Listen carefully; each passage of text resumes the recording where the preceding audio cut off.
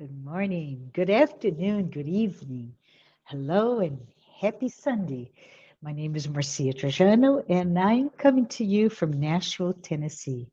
We return today to continue our discussion of the book, Wake Up and Be Happy.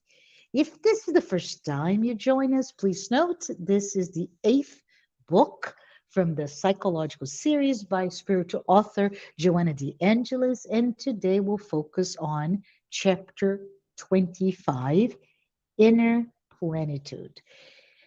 I mentioned this before, but I'd like to mention it again. We selected this book to kick off our book club series. In this case, we're doing this in English. We do the same in Portuguese and soon to come in different languages. We meet weekly to go over a single chapter of the book, and for those of you who have not done so, please visit our YouTube channel, Solitude Center for Spiritual Living, if you'd like to listen to our previous discussions. I mentioned this as well that um, as a reminder, right? Joanna de Angelis, which is she's a spiritual author, and this book was written by Divaldo Franco through his mediumship. Um, has a goal with this book to just provoke us to reflect, and those if you will, those provocations, those reflections are really aimed at ourselves. And what I mean by that is our problems, our conflicts, our challenges, and anything that is part of our conscious and subconscious selves. So, in other words, she pokes at all of what makes us us, and that includes our complexities and our nuances. I encourage, if you have not done so, read the book and let me know if you agree with the interpretation bring to you and this beautiful message. But if we continue, just wanted to let you know that this chapter, chapter 25, is all about how to achieve a better world. And what Joanna wants to talk about, a better world, is a happy world where we will indeed be very happy, infinitely happy, and have a fulfilled life. And that's when we're talking about the plenitude, right? Innermost plenitude, that sense of fulfillment.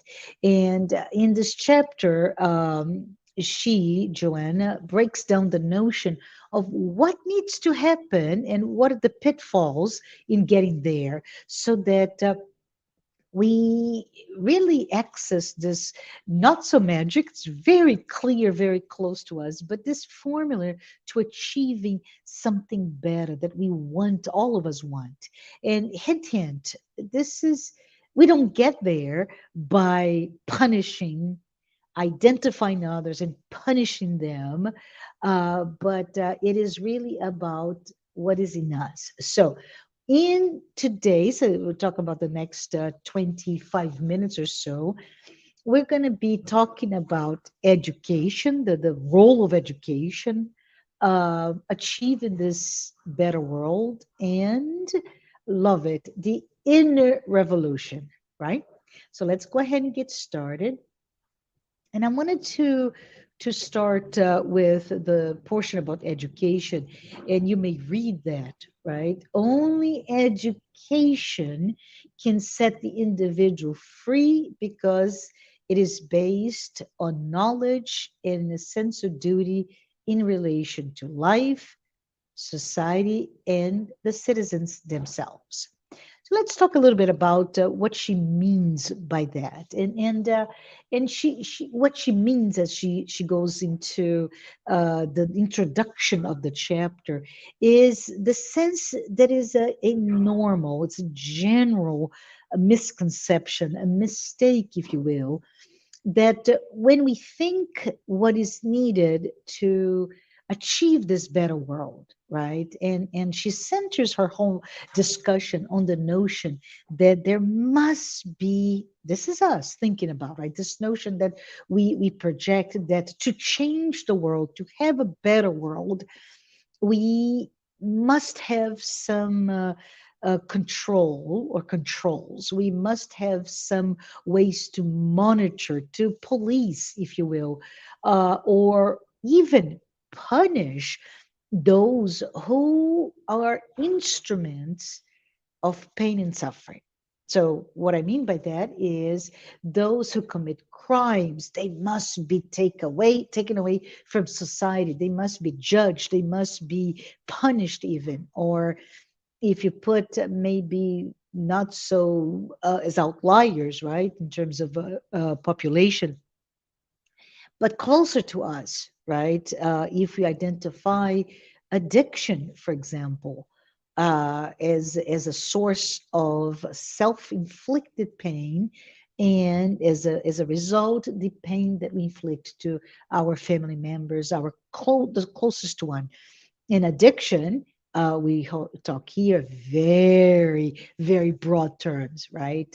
Addictive behaviors that can be, and I'm just going to make fun of myself, but it can be coffee, right? Or anything that is not done in moderation. Um, she even goes as much as, from an instrument of pain, immature behavior, our behaviors, right? So as long as this is the approach that we take, we want a better world, and the approach is I'm going to look not inside of me, but outside, and I'm going to identify this is wrong, all of the ills, all of the things that make this society so full of pain and violence and problems, right? That really afflict us if you think about it. But as long as we look outward, uh, all of society is wrong, and it's suffering, and nothing there really will change enough, systemically speaking, to lead us to a more fulfilled and happy life. And she mentions this, but this is really my word, right? It's a reversal thinking, if you will, and we can break down this reversal thinking in two levels. Number one, on one hand, we keep wanting to grasp, to identify the answer with using a human system of justice, right? And if we do that, which is closer to us, we're humans, we are here in this material world. But if we look at how to change the world from the framework of human justice instead of divine justice, right? We will lead to a sense of mechanism to repress, right? There will be mechanisms, if you will, against to repress against behaviors. And those behaviors, if you think about it, are just symptoms of our own imperfection.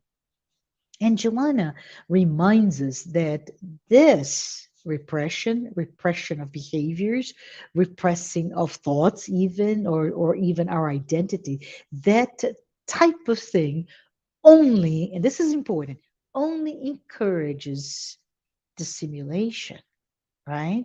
It only encourages corruption or bribery, anything to mask our own sort of failures and imperfections. So we start to create filters. We start to create a systems to be behind some sort of mechanism to obscure the viewer from their judgment. And we start to discuss it so well that we self-identify our own imperfect, immature behaviors as virtuals one. So this is really a problem, how repression does not work. It leads to more problems than not. The other component that she brings in this reversal thinking is the shift. of focusing on our own education to outside, right? So she says our own education is the mechanism to set us free, right? As you can see in the slide, it is the foundational impetus for our relationship with ourselves, with life, and with society. So the answer for, if you think about it, the answer for treating when you're sick and you have a disease is to get a medication to address the disease. It just says, well, treating ignorance, the medicine is education. And she says the symptoms of this disease, right? The symptoms of ignorance are usually found with addictive behaviors and crime. So she calls this disease the disease of the soul, and we should treat very carefully, right? We should treat the root cause, not the symptoms of the this disease, which are the effects, if you will, of our own ignorance, our own lack of awareness. Therefore, Joanna brings this urgent call to action to start our journey toward our own inner transformation, our self enlightenment, and we need to start this journey with us, because when we do this, it becomes contagious. It becomes a path for self enlightenment and enlightenment of all those who are closest to us. So, in the proverbial domino effect, when we start to enlighten, to grow, we will touch those close to us and those close to those who are close to us, and it spreads this movement that we can say it is a transformation of a better world. But let's go ahead and get to start the second subtopic, which is a better world. And I wanted to take this opportunity here because as I think about it, right, and it's not one to one, but I just want to share with you that the song "Change the World" by Eric Clapton comes to my mind, right? And I'm not going to sing here because I don't have a good voice or even rhythm, but it's in the back of my mind. And when he says, "Baby, if I could change the world, I would be the sunlight in your universe." And he ends the main verse with saying, "You would think my love was really something good." So I bring this because there's two or three things that he brings in three little sentences, right? Or three phrases. If I could change the world, I would be the sunlight in your universe, and you would think my love was something good. So how does it apply to this chapter? Well, while the song references romantic love, it really tells the story about this chapter, which is we indeed can change the world for the better if we want to. And if we want to, we must commit to changing the world, right? And we change the world by changing our behaviors. And most importantly, we change the world by changing how we assign meaning to everything in our lives, all of our experiences, all of the material entrapments or not, or the material insertion of our lives where we are immersed in. What is the meaning to all of those? So when we do this, when we start to change our behaviors, when we start to look into in this journey of self-awareness, right, self-enlightenment, we start to bring that light. We start to become the sunlight in my own universe, and As a sunlight, we pour light all around it. Simple, isn't it? Or is it? Well, maybe it is, maybe it is not. And Joanna pauses right now at this point with this idea of great simplicity of how we can change the world by saying, oh, let's wait, let's think about it. First of all, and there are 4 points, right? First of all, we should not worry. Oh, yeah. No, stop thinking about it. And she says, we do not have a lease to impact to change the world in terms of social, economic, cultural, philosophical, or even scientific revolutions. That's not how we do it. We don't change humanity by looking at this overarching systemic view of the world. Number two, change the world is not that top down revolutionary movement, right? It will not happen through, oh, let's say, decrees, laws, political systems that are put in place, systemically speaking, to generate a sense of health, justice, social justice, harmony, and well being. And when I say this, in the back of my mind, it comes the idea of so many foundations that are there to promote peace, to promote education, to promote well being, and it is too big, right? And it's a never ending quest because we're trying to create a framework, a system that will remove all ills from society. Back to Joanna. Number three, she says, this is not a revolutionary process. Instead, it is evolutionary in nature.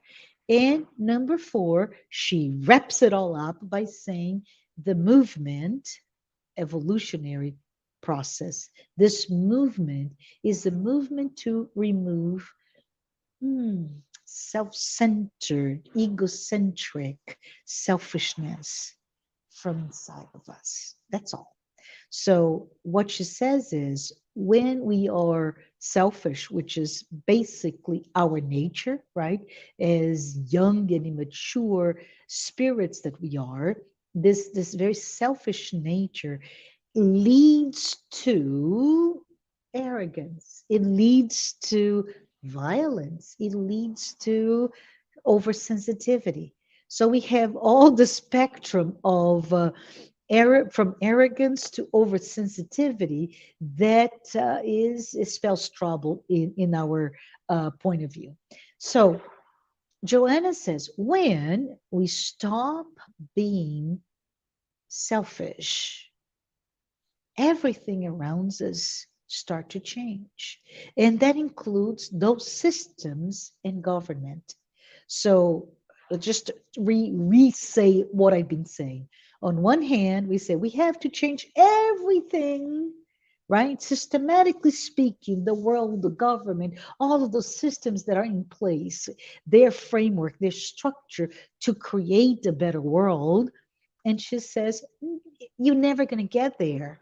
First, flip the coin and let's remove one thing: selfishness, selfish behavior, selfish thinking, selfish hypersensitivity. Let's when we start to extract that from inside of us, then everything around us change to include those overarching systems and those types of government, because when we and all around us are honest, we are wise, we are trustworthy, all of us become inserted in an environment that is here to ensure our human rights as well as our human responsibilities.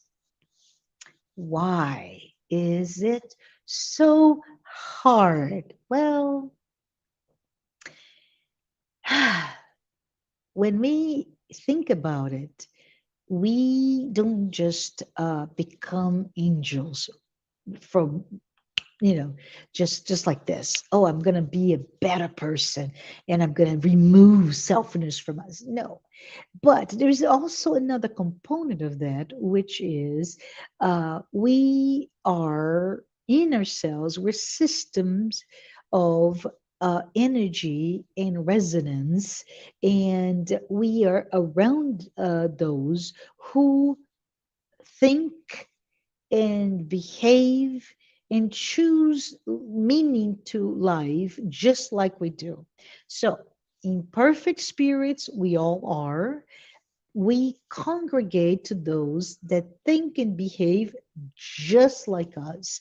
They are driven by similar selfish goals, and as selfish as they are, and there are many degrees of selfishness, right? That selfish nature of our goals will or may lead to conflicts. You know what I'm talking about. Conflicts at home, conflicts at work, conflicts in with your neighbors. There's just this overwhelming nature of generated conflicts in everything we do, because we're all thinking from a very selfish point of view, right? And then we also as a result of the conflicts, we may lead to a very natural emotional response of dislike, disappointment, and even hatred. And yes, very toxic thoughts, very toxic feelings, and very toxic behaviors. I know it's not easy. So let's go ahead and wrap this up with our third point, which is the notion of inner revolution. The real revolution is this evolution, right? Is the real revolution is this evolution, right? Toward inner transformation. And I think it's very important, because when we think about revolution, we think disruption. Let's break and kill or dismantle what it was before through revolution to something new, right? Think about the French Revolution, the Industrial Revolution. Those are things that the old world became completely obsolete after that revolution. When we talk about evolution, it's a path that is not disruptive, but it's disruptive in nature in very, very small increments, right?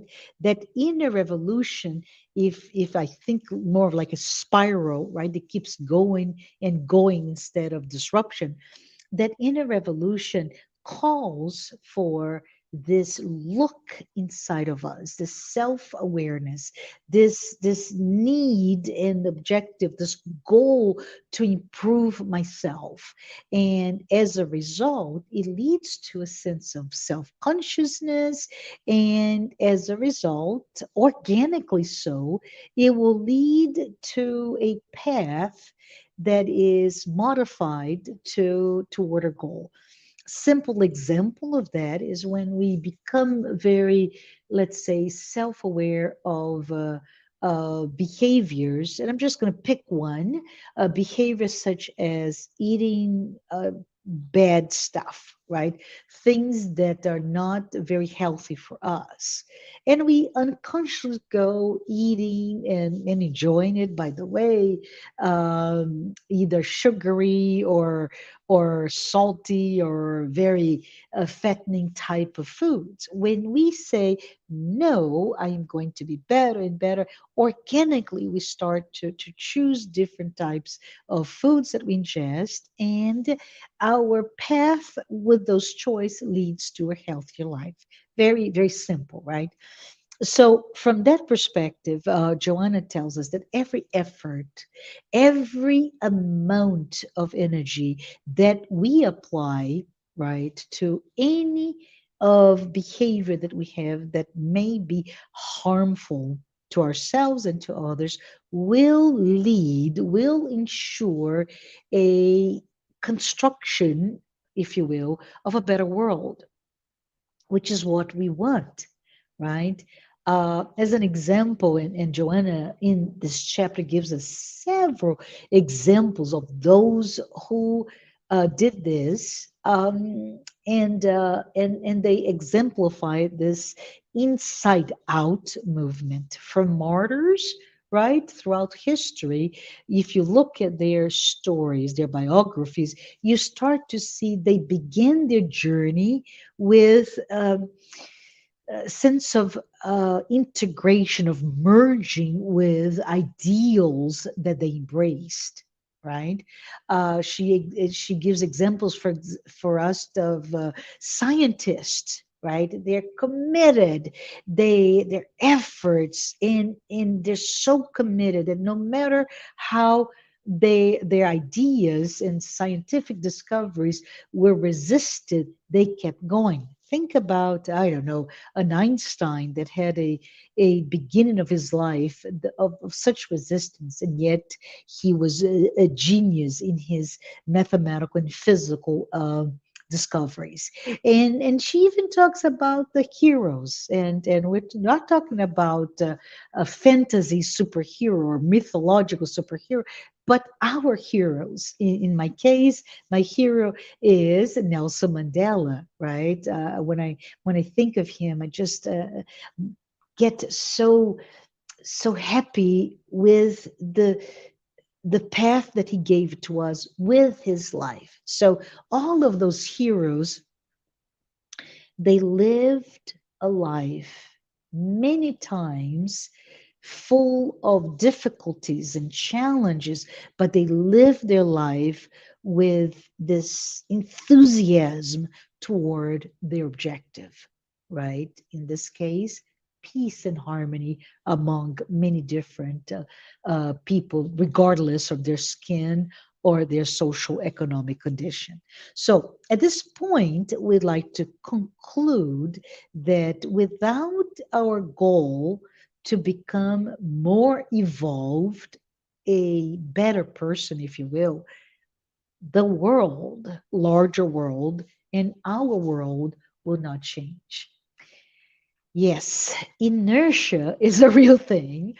And as such, as we say, okay, I'm going to change my world so that I can change everyone's world, those close to us, those that think like us, those that have the same energy level, right, they will not necessarily want to change until it is time, until they wake up. And important moment here to think about it. When, right, you're changing, you want you and you and you're going to change with me, not a wise type of behavior. But also think that as we change, as we mature, as we become enlightened, those around us that chose not to change will face problems. We all do. They will suffer some pain or some issues, and they'll come to you, but still they're not ready to change, right? They're ready for your help, my sense of consoling, and even a fix to their problems. So, this is the message that Joanna says: change, do not expect that we have the right to change those around us. But in a paradox of all paradox, once we do change, and simply put, when we become optimistic, when we become kind, when we become that enlightened person, we do start to radiate health, happiness, and we glow with light. And that is how you change the others. So the conclusion for us is to work on ourselves without a concern or expectations of immediate results. But before we leave today, I wanted to take a moment to bring the notion of Jesus. So let's think about. So Jesus comes, 2,000 years ago, and he is there, right? He's the architect, if you will, and he wants to design and build the kingdom of heaven, the kingdom, the world of everything that is good, that is our Father, God, right here on earth. What can he do but be a role model, right? He did that by living love and by profoundly touching anyone who came to him. And that's what Joanna says we need to do.